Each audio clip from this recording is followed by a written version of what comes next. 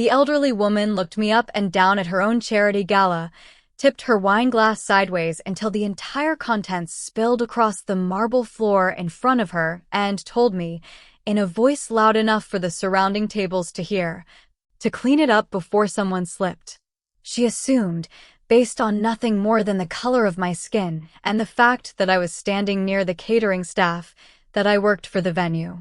She had no idea that in exactly 6 weeks, I was going to walk into her husband's boardroom, sign the final papers, and become the new majority owner of the very company that kept their entire lifestyle afloat. Welcome back to Betrayal Stories. If you're new here, hit subscribe, because every week we bring you real stories about the assumptions people make and the moments that come back to prove them wrong. My name is Camille Ashford, and this is the story of the night a stranger decided I wasn't worth basic respect, and the boardroom where she found out exactly how wrong she'd been. I run acquisitions for a mid-sized private investment firm that specializes in buying distressed manufacturing companies, businesses that are struggling under debt or mismanagement, but that still have solid underlying operations, real employees, real product lines, real value that simply needs better leadership and better capital structure to survive. I've spent almost 15 years building a career in this specific corner of finance, starting as a junior analyst straight out of business school and working my way up through years of long hours, difficult negotiations, and a genuine, sustained effort to understand not just the numbers behind a struggling company, but the actual people whose livelihoods depended on whether that company survived or collapsed. I was 38 years old at the time of the events I'm about to describe, a partner at my firm, having earned that position through a track record of successful turnarounds that had, by that point, saved several hundred manufacturing jobs across 3 different states. I mention this not to boast, but because it matters directly to understanding the contrast between how I was perceived that evening and who I actually was. The company in question, Caldwell Precision Manufacturing, had been founded nearly 50 years earlier by the grandfather of the current owner, a man named Richard Caldwell, and had built a solid, respected reputation over decades supplying precision-machined components to the automotive and aerospace industries. Richard had taken over leadership of the company from his father about 20 years before the events of this story, and under his management, the company had slowly, steadily declined, weighed down by outdated equipment, poor capital allocation decisions, and a general resistance to modernizing operations that had, over 2 decades, eroded what had once been a genuinely strong competitive position in its industry. By the time my firm began seriously evaluating Caldwell Precision as a potential acquisition, the company was carrying debt levels that made bankruptcy filing essentially inevitable within the following year, regardless of what happened with any potential buyer. My firm's interest in the company wasn't about extracting value and discarding the rest, the way some private equity firms operate. Our specific model involved acquiring companies exactly like Caldwell, restructuring their debt, modernizing their operations, and preserving as much of the existing workforce as possible, because our long-term returns depended on the company actually surviving and eventually thriving again, not simply being stripped for short-term profit. I had been leading the due diligence process on Caldwell Precision for nearly 4 months by the time of the charity gala I'm about to describe, a process that had involved dozens of meetings with the company's management team, extensive review of their financial records, and several site visits to their manufacturing facility, where I'd personally walked the production floor and spoken directly with line workers, machinists, and shift supervisors about the realities of daily operations.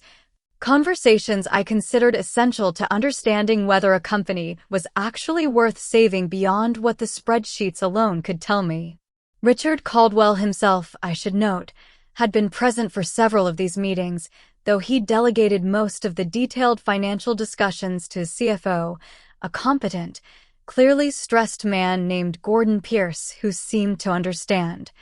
more clearly than Richard did, exactly how precarious the company's position had become. Richard, throughout our meetings, maintained a kind of detached, almost aristocratic distance from the actual mechanics of the deal, speaking more about his family's legacy in the industry than about the specific operational changes that would need to happen for the company to survive under new ownership.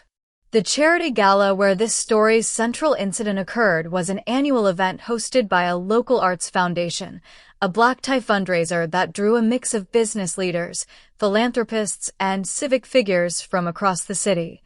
Held at a genuinely beautiful historic hotel ballroom downtown. I attended that year both because my firm was a modest sponsor of the event and because I'd learned from Gordon Pierce that Richard and his wife, Margaret Caldwell, would be in attendance, and I thought it might be useful, ahead of finalizing the acquisition terms, to have at least one informal interaction with Richard outside the more rigid context of our boardroom negotiations. I arrived at the gala in a simple, elegant black gown, my hair styled plainly, wearing modest jewelry, dressed, I want to be clear, entirely appropriately for a formal charity event, in a manner completely consistent with how every other attendee in that ballroom was dressed that evening. I mention these details specifically because what happened next had absolutely nothing to do with how I presented myself, and everything to do with an assumption Margaret Caldwell made the instant she looked at me, an assumption rooted entirely in the color of my skin and nothing else. I was standing near the edge of the main ballroom floor, close to where the catering staff was moving between tables refreshing drinks and clearing plates, having just stepped away from a conversation with another gala attendee to check a message on my phone. When Margaret Caldwell, a woman in her late 60s whom I recognized from photographs Gordon had shown me during our due diligence process, approached with a glass of red wine in her hand, clearly several drinks into her evening already. I want to describe exactly what happened next because the details matter enormously to understanding the full weight of that moment. Margaret looked at me, her eyes moving briefly and dismissively over my dress, and then, without any preamble or provocation whatsoever, tilted her wine glass sideways, deliberately, and let the entire contents spill onto the polished marble floor directly in front of where I was standing. Red wine spread across the floor in a widening pool, and Margaret looked at me directly, her expression carrying the particular, entitled irritation of someone accustomed to having minor inconveniences handled instantly by invisible hands, and said, loudly enough that several nearby tables turned to look, "Someone's going to slip on this. Clean it up before that happens." I stood there for a moment, genuinely processing what had just occurred, because the assumption embedded in that single sentence was so immediate and so complete that it took me a beat to fully register it. Margaret Caldwell had looked at a black woman standing near the catering staff at a formal event and had concluded, instantly and without a shred of doubt, that I must be waitstaff. Someone whose job it was to clean up whatever mess she chose to create, rather than a fellow guest, a business professional, a woman who, as it happened,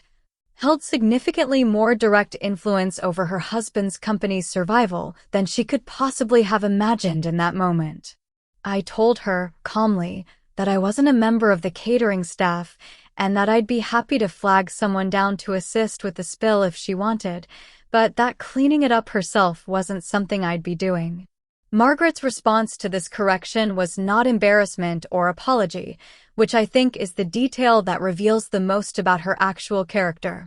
Instead, she seemed to double down, her tone shifting toward open irritation, saying something about how she didn't understand why the help these days couldn't simply do their jobs without arguing about it, a comment that made her actual assumption, and the contempt embedded within it, entirely explicit rather than something I could have generously chalked up to simple confusion.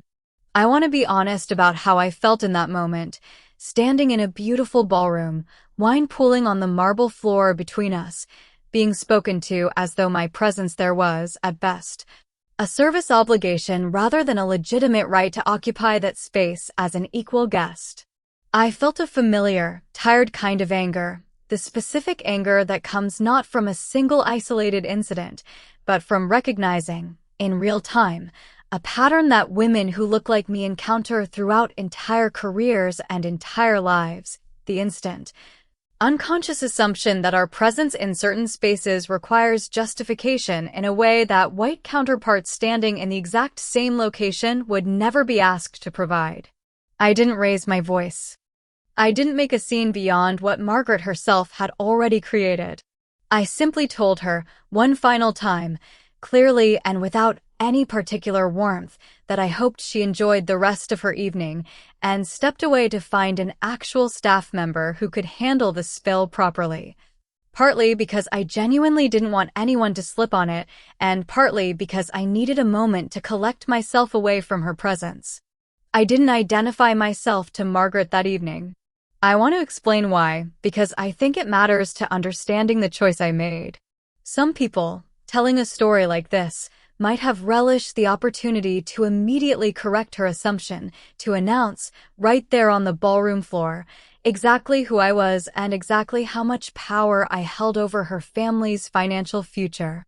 I chose not to for a few reasons. Partly because I genuinely didn't think Margaret deserved the satisfaction of watching me perform an immediate, dramatic reveal, as though my worth needed her recognition to be validated. And partly, honestly, because I wanted to observe, without the complication of her suddenly performing politeness out of self-interest, exactly how Richard Caldwell's family actually behaved when they believed no consequences were watching. I mentioned the incident briefly to Gordon Pierce a few days later, not as a formal complaint, but simply as an observation, and I watched his face go through a complicated series of reactions, embarrassment, discomfort, and finally, a kind of resigned acknowledgement that this behavior, unfortunately, was not entirely out of character for Margaret, who Gordon described, carefully and diplomatically, as someone who had old-fashioned views that the rest of the Caldwell family had learned,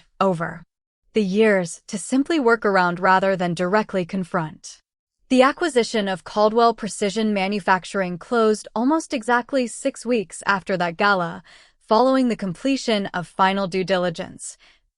debt restructuring negotiations, and the formal transfer of majority ownership to my firm, with me personally overseeing the transition as the lead partner on the deal. The closing meeting took place in Caldwell Precision's own boardroom, the same room where I'd sat through months of earlier negotiations, and Richard Caldwell attended, along with Gordon Pierce and the company's legal counsel,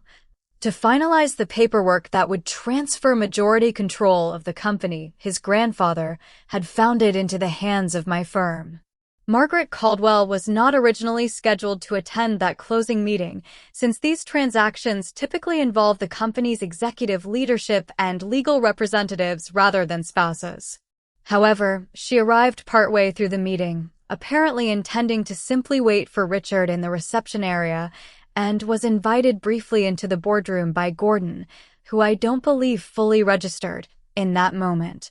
exactly what was about to unfold. I watched Margaret's face as she walked into that boardroom and saw me sitting at the head of the table, papers spread out in front of me, clearly in the position of authority overseeing the transaction. I watched recognition arrive slowly, then completely, as she connected the woman she'd once dismissed as catering staff at a charity gala with the woman now sitting in the position of majority owner over her husband's entire company, the company that, as I'd learned during our due diligence process, funded essentially every aspect of the Caldwells' comfortable lifestyle, their home, their travel, their standing in the community they'd lived in for decades. I want to describe how I handled that moment because I think it matters more than any dramatic confrontation would have. I didn't mention the gala. I didn't make any pointed comment about wine or marble floors or assumptions about who belongs where. I simply stood, extended my hand toward her the way I would toward any guest entering a formal business meeting, introduced myself using my full professional title, and continued with the closing proceedings exactly as I would have regardless of who had just walked through that door. Margaret shook my hand, her own hand noticeably unsteady, and said very little for the remainder of the brief time she was present in that room before excusing herself. I think that restraint, more than any pointed remark I could have made, actually delivered the clearest possible message.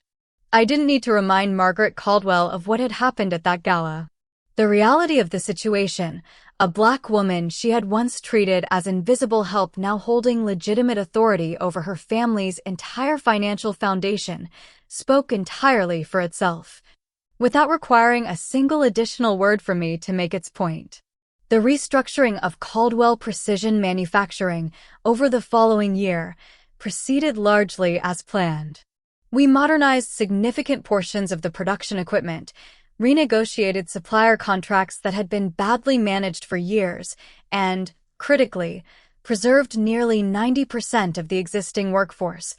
a number I was genuinely proud of, given that the alternative, an actual bankruptcy filing without our intervention, would very likely have resulted in the complete loss of every single one of those jobs. Richard Caldwell remained with the company in a reduced advisory capacity for about a year following the acquisition before choosing to retire fully, a transition that, from everything Gordon relayed to me, he handled with more grace and self-awareness than his wife ever managed regarding the broader situation. I ran into Margaret Caldwell exactly once more, at a community event nearly a year after the acquisition closed, and I want to note, honestly, that she did approach me on that occasion, somewhat awkwardly, to say something that gestured vaguely toward an apology, though it never quite arrived at the words, "I'm sorry," directly, instead framing the entire gala incident as a simple misunderstanding that she hoped hadn't affected our business relationship. I accepted her gesture with basic professional courtesy, because I've learned, over 15 years in this industry, that extracting genuine accountability from someone who has never had to seriously examine their own assumptions is rarely worth the emotional energy it requires, and that the more meaningful outcome, in situations like this,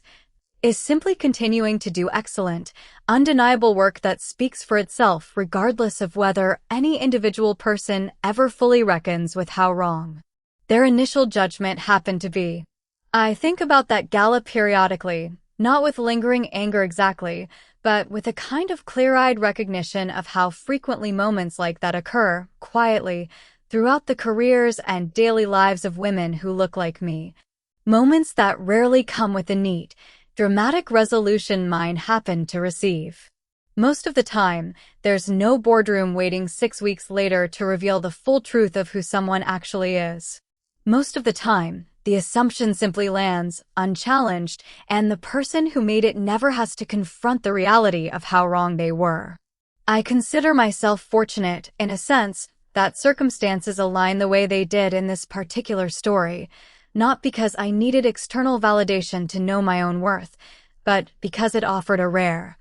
undeniable moment of clarity for at least one person who had built an entire assumption about who deserved respect based on nothing more than the color of someone's skin. I don't know whether that moment genuinely changed how Margaret Caldwell moves through the world going forward.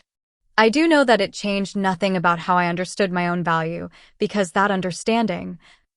built over 15 years of hard work and genuine expertise, had never actually depended on her recognition in the first place. If you've ever been underestimated by someone who had no idea who they were actually dealing with, I want to hear about it. Tell me your story in the comments below. And if this story kept you hooked from beginning to end, make sure you subscribe to Betrayal Stories so you never miss the next one. We've got a lot more coming, and some of these stories will surprise you just as much as this one did. See you in the next video.